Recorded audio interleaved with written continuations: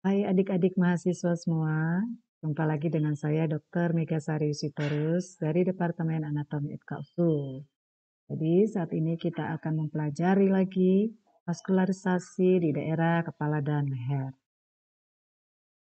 Keseluruhan kita lihat ini arteri karotis eksterna dengan cabang-cabangnya. Dan arteri-arteri ini juga nanti akan bercabang-cabang cukup banyak. Kita lihat kalau arteri facialis tadi ya. Arteri facialis ini akan maju ke bagian wajah, berada di kiri kanan dari daerah mulut, dan akan mencabangkan pembuluh darah yang berada di bagian atas labium, jadi arteri labialis superior, arteri labialis inferior kiri dan kanan. Dan juga akan ke arah bawah ke daerah mental untuk membentuk arteri mentalis. Arteri facialis ini akan naik ke sisi kiri kanan dari hidung, disebut dengan arteri angularis. Ya, jadi membentuk area segitiga pada daerah kiri kanan hidung.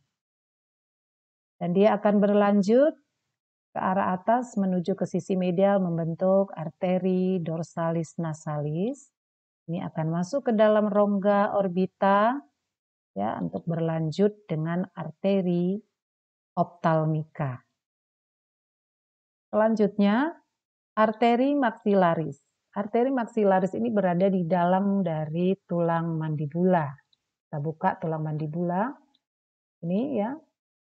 Arteri maksilaris ini cukup panjang dan dia mendarahi bagian dalam dari rongga mulut, daerah palatum sampai ke hidung. Memiliki 3 bagian, jadi berdasarkan posisinya terhadap musculus pterygoideus lateralis.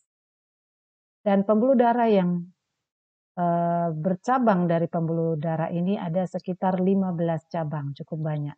Jadi ada cabang pertama adalah arteri meningia media. Ini arteri ini nanti akan masuk ke dalam rongga cranium melalui foramen spinosum, ya, berjalan di dalam rongga cranium dan akan mendarahi dura mater. Cabang lainnya adalah arteri posterior deep temporal. Dan ada yang anteriornya, ini di depannya adalah arteri anterior deep temporal.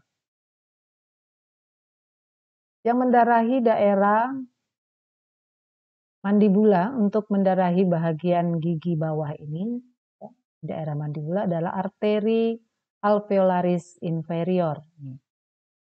Akar gigi pada daerah mandibula. Selanjutnya cabang dari arteri ini juga ada yang mendarahi daerah bukal melalui arteri bukalis. Ya, nanti akan berlanjut dengan cabang-cabang dari arteri facialis, anastomosa.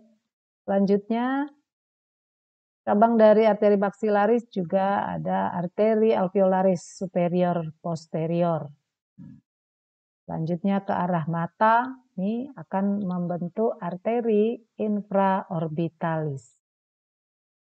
Dia akan berlanjut ke belakang, ya di daerah fossa pterigo palatina, kemudian maju ke arah hidung. Ya. Untuk mendarahi bagian hidung. Ya. Ini arteri maksilaris, kemudian dia akan berlanjut menjadi arteri ya venopalatina. Ini lanjutan dari arteri maksilaris.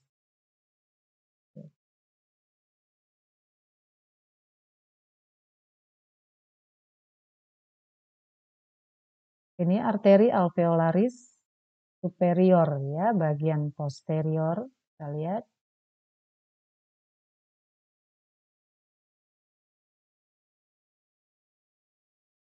Juga ada yang menuju ke masseter. Jadi ada ramus masseter, arteri-arteri yang menuju ke daerah masseter. Ada yang menuju ke daerah pterygoidea lateral. Cukup banyak cabang-cabangnya. Ada yang ke arah pterygoideus medial. Nah, itu cabang-cabang kecil. Jadi, kalian cukup tahu yang cabang-cabang besar saja ya. Nah, yang sudah saya sebutkan di awal yang besar-besar. Oke. Selanjutnya ini adalah cabang akhir yang lain dari arteri karotis komunis, yaitu arteri temporalis superficial. Nanti akan membentuk dua buah ramus, ke arah depan ramus frontalis dan ke arah belakang ramus parietalis. Arteri-arteri di daerah wajah ini ya memiliki banyak anastomose. Jadi antara satu pembuluh darah dengan pembuluh darah lain nanti akan saling terhubung membentuk anastomose, sehingga daerah wajah dan daerah kepala ini cukup banyak mendapatkan vaskularisasi, sehingga kalau terjadi robekan pada daerah kulit atau jaringan lunak daerah wajah, ini bisa menyebabkan perdarahan yang cukup masif atau cukup banyak. Turut mendarahi bagian kepala, terutama dalam mendarahi bagian dalam kranium, yaitu arteri karotis interna. Ini dia yang biru. Arteri ini mendarahi bagian dalam, jadi dia akan masuk ke dalam rongga kranium melalui lubang, ini dia, ya. Lubangnya adalah foramen caroticum externum, kemudian dia berjalan di dalam kanalis caroticus dan muncul di dalam rongga tengkorak ini, ya, melewati lubang foramen caroticum internum. Dan dia akan bersama-sama nanti dengan arteri vertebralis yang ini akan membentuk circulus Willisi. Circulus Willisi di dalam rongga tengkorak ini untuk mendarahi bagian dalam, yaitu mendarahi otak ya, cerebrum, cerebellum, dan bagian-bagian di dalamnya. Arteri vertebralis ini di belakang, ini merupakan cabang dari arteri subclavia. Jadi dia arteri berjalan di dalam foramen vertebralis dari vertebra cervicalis. Berjalan naik ke atas ya, dan kemudian dia masuk ke dalam rongga tengkorak, rongga kranium dari kiri kanan foramen occipital magnum, ya, naik ke atas dan nanti akan membentuk arteri basilaris. Ini adalah gabungan dari arteri vertebralis kiri dan kanan. Jadi membentuk arteri basilaris, dan arteri basilaris ini nanti akan bergabung dengan arteri karotis interna membentuk circulus atau circle yang disebut dengan circulus Willisi, dan dia akan mencabangkan banyak pembuluh darah untuk mendarahi bagian otak. Aliran balik dari kepala dan leher terdiri dari dua pembuluh darah yang besar yang kita jumpai di leher ya. Jadi dari vena jugularis interna dan vena jugularis externa. Vena jugularis interna ini terutama membawa darah yang berasal dari dalam rongga tengkorak. Di dalam rongga tengkorak ini kita tahu pada bagian fossa cranii posterior ada namanya foramen jugularis ya. Ini merupakan awal dari vena jugularis interna. Jadi hampir semua darah vena yang berasal dari intrakranium akan mengalir ke vena jugularis interna. Dan daerah bagian luar kepala, luar dari kranium, itu juga nanti akan mengalir ke vena jugularis interna melalui vena retromandibular, ya, vena yang berada di belakang dari tulang mandibula. Ini sebentar saya tunjukkan tulang mandibulanya. Nah, ini tulang mandibula. Jadi di belakang mandibula ini ada vena yang disebut dengan vena retromandibular, yaitu ujung dari vena temporalis superficial. Dari vena ini pada bagian divisi posteriornya ada hubungan ke vena jugularis externa, dan melalui divisi anterior kemudian nanti akan mengalir ke bagian trunkus dari vena facialis, akan mengalir ke vena jugularis interna. Jadi bagian luar kranium bisa mengalir ke vena jugularis interna yang berada di kiri kanan leher berdampingan dengan vena dengan arteri karotis communis, atau sebagian mengalir ke vena jugularis externa yang berada di bagian luar dari musculus sternocleidomastoideus. Vena jugularis eksterna ini akan bermuara ke vena subclavia kiri dan kanan. Ya. Selanjutnya, vena jugularis interna akan bergabung dengan vena subclavia kiri dan kanan membentuk vena brachiocephalica.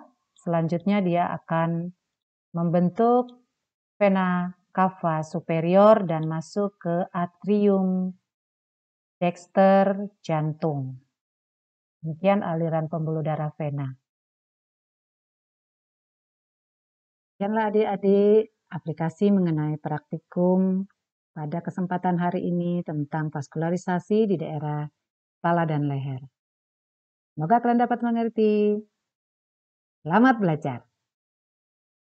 Nah, kepala dan leher mendapatkan perdarahan dari cabang-cabang arteri, karotis, komunis, sinister, dan dexter yang berjalan di sisi lateral leher. Arteri ini merupakan cabang dari pembuluh darah besar yang keluar dari jantung. Pembuluh darah ini yang disebut dengan arcus aorta. Pembuluh darah besar melengkung ke arah sisi belakang jantung. Dan dia akan bercabang 3. 2 cabang di kiri yaitu arteri subclavia sinister yang akan mendarahi bagian ekstremitas atas bagian kiri. Bagian sisi medialnya adalah arteri carotis communis sinister, mendarahi bagian leher dan kepala sebelah kiri. Cabang di sisi kanan disebut dengan truncus brachiocephalicus. Dan pembuluh darah ini nanti bercabang 2. Di sisi medial percabangannya adalah arteri carotis communis dexter dan di sisi lateral arteri subclavia dexter mendarahi ekstremitas atas bagian kanan. Arteri karotis communis ya kiri dan kanan ini berjalan di sisi lateral leher dan dia naik ke atas berjalan bersama beriringan dengan vena jugularis interna dan nervus vagus di antara kedua pembuluh darah ini. Arteri karotis communis pada daerah tepi atas kartilago tiroid, arteri ini akan bercabang 2. Kita lihat dari sisi lateral. Jadi cabang ke depan itu adalah arteri karotis eksterna dan cabang ke belakang arteri karotis interna. Arteri karotis interna ini akan masuk ke dalam rongga kranium, ya, masuk melalui foramen karotikum eksterna ke dalam kanalis karotikus, selanjutnya berada di dalam rongga kranium untuk mendarahi struktur di dalamnya yaitu otak. Sedangkan arteri karotis eksterna inilah nanti yang akan bercabang-cabang, ya, akan bercabang-cabang untuk mendarahi bagian di daerah leher, di daerah lidah, di daerah wajah, di daerah pipi, daerah kepala, dan struktur-struktur yang berada di luar tulang kranium. Arteri karotis communis, ya, bercabang menjadi karotis eksterna dan interna. Arteri karotis eksterna ini akan mensuplai daerah leher dan kepala yang berada di luar dari kranium. Dan arteri ini akan berakhir di daerah glandula parotis. Ya. Dan di sini ya akan berakhir di daerah glandula parotis. Dia akan menjadi arteri temporalis superficialis. Nah, ini arteri temporalis superficialis dan arteri maxillaris. Nanti di bagian dalam mandibula. Oke. Nah, arteri karotis eksterna ini nanti memiliki 6 buah cabang yang utama ya. Jadi ada cabang pertama adalah arteri tiroidea superior. Arteri ini akan mendarahi struktur bagian atas dari kelenjar tiroid. Cabang kedua adalah arteri lingualis. Ya, mana dia? Oke, ini dia. Arteri lingualis. Arteri ini akan berjalan ke daerah lingua, ke daerah lidah, dan mendarahi daerah sekitarnya. Cabang ketiga, cabang yang cukup besar, ini agak panjang dan banyak percabangan, yang akan mendarahi struktur wajah. Arteri facialis. Ini berjalan nanti di bawah ramus mandibula dan angulus mandibula, kemudian naik ke arah korpus mandibula, berjalan di daerah kiri kanan hidung, nanti akan berlanjut menjadi arteri angularis. Nih, ya. Selanjutnya di daerah belakang, ya ini ada juga arteri occipitalis yang akan ini dia ya, betul. Yang akan mendarahi bagian daerah occipital bagian belakang.